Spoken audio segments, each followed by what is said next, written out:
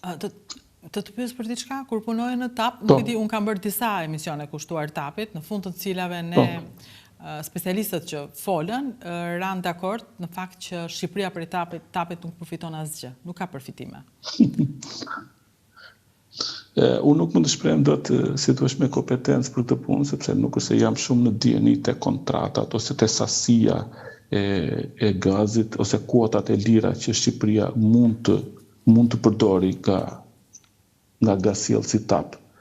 Që kam parë në media, ose që kam lexuar informacione, do të thënë ka një teori të tillë, do të qarkullon që Shqipëria nuk është se ka ndonjë kontratë për të fituar kuota.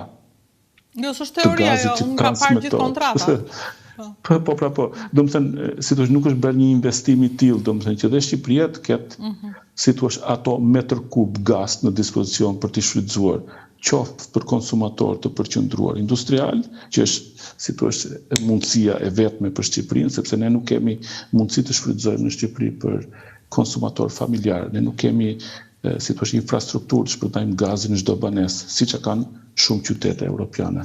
Kështu që vetmja mundësi është ta shfrytëzosh për konsumator industrial të përqendruar, që do të thotë për një termocentral që punon me turbina gazi, ose për industri që kërkon gaz, për kaltaje, për gjithë proceset teknologjike, pra konsum industrial i përqendruar, sepse konsum civil është investim shumë i madh që të bëhet një infrastrukturë, për shembull, në një qytet pilot, po në Fier, ose në Kuçov, ose kudo tjetër.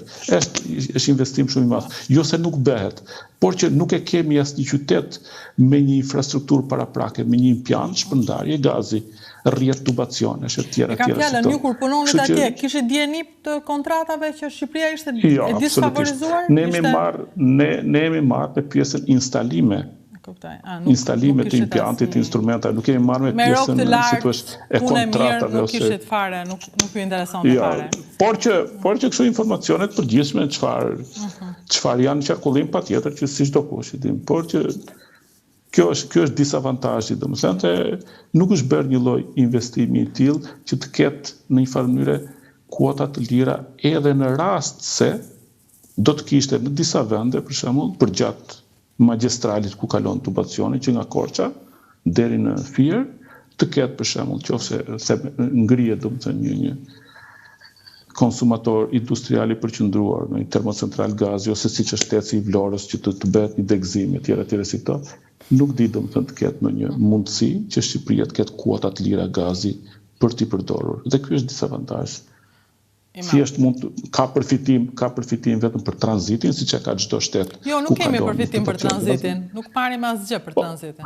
Ka një lloj përfitim për tranzitin, sepse asnjë, nuk ekziston asnjë kontratë tonën që ne të kemi fi tranziti. Tranzit fi nuk e marrim. Ndoshta. Nuk e marrim. Në fakt, të gjithë ata që u shtova, u habitën shumë, nuk e mendonin që e mundur kjo gjë, po kur lexuan kontratat, nuk ishte përfshirë tranzitia. Me ç'duket, këta njerëz që punojnë këtu, i bëjnë kaq mirë kontratat, sa pastaj ju specialistët jeni detyruar të hikni, se këtu kthehet në shkretir. Në shkretir për ne që japim tokën falas. Do vi një moment që, si thua, edhe mund të kthehen, sepse procesi i largimit të njerëzve nga një vend që njihet si emigrim, nuk është vërtetuar që të jetë irreversibël, domethënë i pakthyeshëm. Kështu që ngelet jetë reversibël. Kështu që never say never. Kush e di domethënë që në një të ardhme të afërt njerëzit mund mos kenë trend të rikthehen mbrapsht. Një pjesë të paktën, jo të gjithë, ndoshta. Edhe unë e besoj. Kjo është historia, disa ikin, disa vjen. Sepse nuk është çështja thjesht që ka trend nga frynera. Fryti era këtej, domethënë kësaj radhe po ikin këtej, nuk është çështja këtu, por asnjëherë nuk është vërtetuar domethënë në histori që emigrimi të jenë procese të pakthyeshme, domethënë irreversibël. Kështu që ngelet jenë reversibël. Okej, koha, patjetër duhet kohë, nuk e dim sa. Por që nuk është vërtetuar që të jetë proces i pakthyeshëm emigrimi. Kështu që vjen një moment për sa kohë ti shikon në TikTok një shprehje time të tipit kë doni të ndëshkoni duke ikur, dhe e ndjen nevojën për të folur me mua, qoftë edhe për projektin që sapo ke dorëzuar atje, apo qoftë edhe për shtëpinë tënde, për djalin tënd, kjo është një fakt që ti e do vendin tënd dhe Shqipëria është aty në Oslo, tani që unë flas. Ka një thopë Shqipërie në atë familje. Patjetër. Unë që kur kam mbaruar studimet e larta në Tiranë, Universitetin Politeknik në degën inxhinieri elektrike, asnjëherë nuk e kam menduar, domethënë nëse ta çojnë në përmendje që unë një ditë do të emigroj. Absolutisht jo. Pavarësisht se isha koshient, domethënë ç'a gjendje ka qenë vendi në atë kohë, në vitet 94 kur kam mbaruar unë, 2004 më fal. Edhe më vonë, por thjesht kam menduar që të qëndroj aty sepse do ketë mundësi. Sepse do ketë zhvillim, do ketë. Asnjëherë se kam menduar domethënë që të detyrohem të emigroj sepse nuk mund të përballoj dot jetesën. Nuk e kam menduar këtë gjë. Siç dhe e thashëm përpara, domethënë arsyeja ime nuk është se ka qenë arsye ekonomike. Që unë, si të u detyrova që të vija, ka qenë më shumë çështja për t'i ofruar një të ardhme djalit që ai të fitoj një pavarësi për veten e tij, sepse deri sot nuk është kjo mundësi që unë ta bëja në Shqipëri, pavarësisht se nuk është se superpoqja. Investova për të paktën 7 vjet rresht, unë kam trajtuar në Shqipëri dhe privatisht me psikologe private, domethënë në shkollë ka qenë, pavarësisht se ka pasur atë pjesën e bullizmit, domethënë që duam në një fëmijë në klasë, unë ngritën disa prindër që ai është, si thosh, me probleme të tilla. Ku ta dim ne se ai është agresiv dhe na sulmon fëmijët tanë këtë andej. Kështu që këto kanë qenë janë reale, nuk është se është edhe ignorancë, në Shqipëri nuk kemi folur për këto gjëra. Sa më shumë të dim, kemi të gjithë po ndryshojmë, duke kuptuar.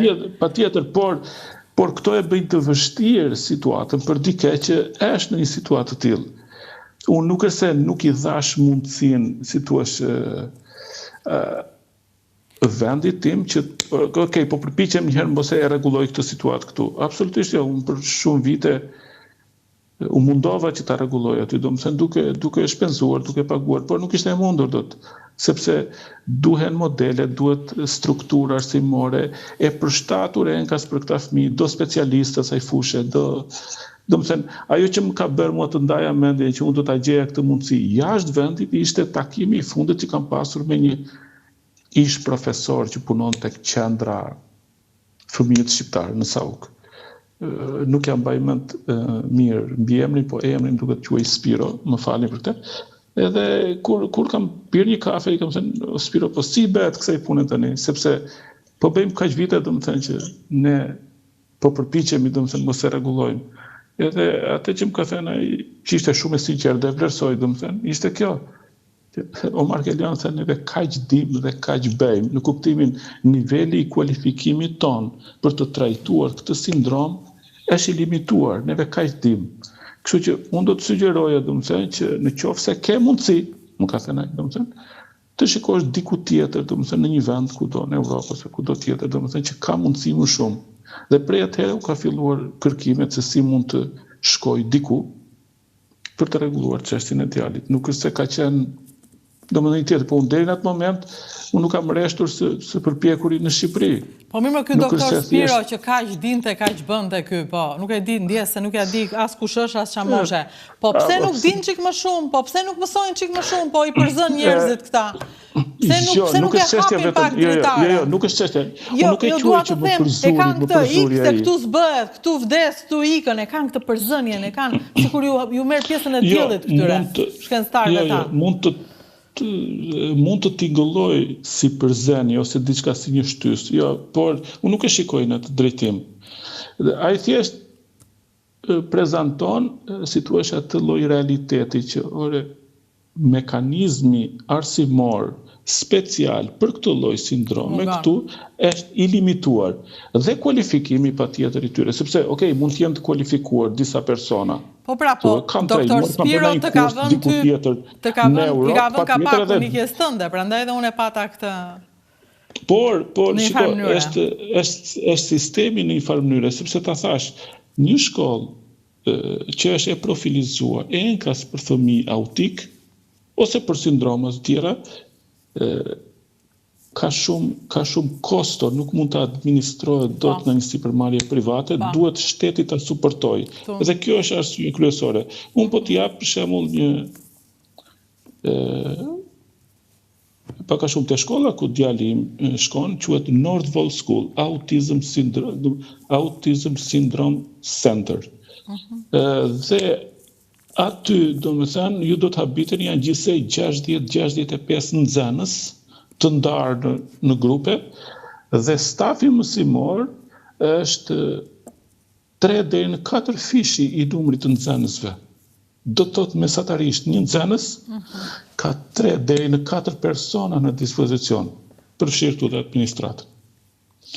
Sepse ka psikolog, ka fizioterapist, ka si thua logopedist, ka shumë profile profesioni aty brenda që merren me fëmijë me sindroma të tilla, dhe që të kesh më shumë mësues, punonjës social, se sa nxënës është kosto shumë e madhe. Duhet ta përballojsh. Dhe aty çdo nxënës për arsye sepse ata nuk mund të shkojnë dot vetë, s'mund t'i lësh dot lirë në rrugë sepse ai nuk ka ndjesinë e frikës, ai kalon mes rrugës dhe mund ta aksidentojë një makinë. Për shembull, djali thjesht e di që duhet kalojë trotuar sepse ne i themi duhet kalosh trotuar, po ai se ka ndjesinë e frikës për të hyrë direkt në rrugë. E kupton ç'duhet të them? Ai respekton vijat e bardha sepse e ka mësuar si rutinë që duhet kalosh nëpër vijat e bardha, por sensin e frikës që në rrugë mund të aksidentojë një makinë nuk e ka. Është shumë vulnerabël në kuptimin i cënueshëm sepse nuk din të vetëmbrojnë si thua veten e tyre. Dhe kjo është arsyeja sepse aty të gjithë nxënësit, për shembull mëngjes po të shikosh te obori i shkollës, shikon një flot me taksi. Çdo taksi merr nga një nxënës nga shtëpia e tij dhe e sjell në shkollë çdo ditë dhe e kthen përsëri në shtëpi, sepse ata s'mund të shkojnë dot në rastin kur prindërit janë punë. Unë për fat e kam shtëpinë shumë afër me shkollën, një nga arsyet që gjeta shtëpi me qira këtu në këtë lagje ishte sepse ishte shumë pranë shkollës. Ne sapo ardhur që ishim, kjo do të ishte sfidë e madhe për bashkëshortën time se unë isha në punë këtu. Dhe kjo ishte arsye. Dhe kur ata më bën regjistrimin aty në shkollë, unë i kam thënë për çështjen e taksisë, shumë faleminderit që ofroni, por unë jam shumë pranë dhe nuk është e nevojshme. Këto para mund t'i kurseni për një nxënës tjetër, domethënë, ose për diçka tjetër. Dhe ata vlerësuan këtë gjë.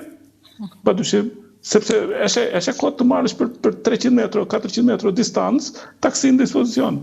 Shkolla e vën në dispozicion për çdo nxënës. Dhe unë thosha janë gjithë to taksisë, se dija si funksiononte, kujtoja se mos mësuesit ose stafi vinte me taksi në punë. Jo, ishte ashtu. Taksit ishin për çdo nxënës që shkon atë shkollë. Dhe duhet të them që kjo lloj shkolle ka shumë kosto, sepse programin e ka të tillë, personeli është i trajnuar, i specializuar, i kualifikuar. Ti nuk paguan asgjë në atë shkollë? Në atë shkollë ti s'paguan absolutisht asgjë. Thjesht prezenca, domethënë, si thua ti je këtu pjesë e sistemit, ti je i punësuar. Ti je rezident, domethënë, është thjesht sistemi social ose taksat e mia në një farë mënyrë që mbulojnë gjithë këto kostot. Kjo është benefiti i një shteti social. Në kuptimin e vërtet fjalës social. Që neve na mungon në të gjitha kuptimet. Domethënë pak a shumë kjo është që mund ta quaj unë avantazhi ose ajo që të ofron ky lloj sistemi. Në Shqipëri, për shembull, unë do të përpiqesha të vazhdoja, por duhet domethënë një lloj institucioni i tillë, s'mund të jetë i shpërndar gjithandej në të gjithë territorin nga Shkodra në Sarandë. Po do kishte 2-3 modele, për shembull, një në Tiranë, një në Vlorë, një në Shkodër ose në Lezhë, supozojmë. Por edhe kjo është kosto shumë e madhe. Nuk besoj domethënë që shumë shpejt të mbërri koha aty, domethënë që arsimi në Shqipëri, se kjo është pjesë e sistemit të arsimit, kuptohet në bashkëpunim me pushtetin lokal, sepse shumë asete aty, shumë financime i bën komuna. Por që është ndërtuar me arsimin, sepse është arsim plus çështje sociale. Nuk e di kur mund të mbërri ky moment në Shqipëri, domethënë që